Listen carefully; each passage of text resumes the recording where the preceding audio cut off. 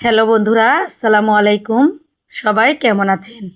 অনেক দিন পর একটা খিচুড়ি রান্নার ভিডিও নিয়ে আপনাদের সামনে চলে আসলাম। আজকে আমি ভাতের চাল দিয়ে আপনাদেরকে খিচুড়ি রান্না করে দেখাবো। এর জন্য আমি এখানে তেলের মধ্যে কিছুটা পেঁয়াজ ভেজে নিয়ে এর মধ্যে আদা রসুন বাটা, হলুদের গুঁড়া, মরিচের গুঁড়া, তেজপাতা, এলাচ, দারুচিনি দিয়ে আমি এখন মাংসটাকে ভালোভাবে কষিয়ে নিয়ে তারপর আমি এখানে ছোলা বুট ব্যবহার করেছি। আমি ছোলা বুটের খিচুড়ি রান্না করেছি। এই তো এখন আমি মাংসটাকে কিছুক্ষণ কষিয়ে নিব। তারপর আমি এটাকে প্রেসারে দিয়ে রান্না করব। প্রেসারে দিয়ে রান্না করলে ডালটা আর মাংসটা খুবই সফট হয়।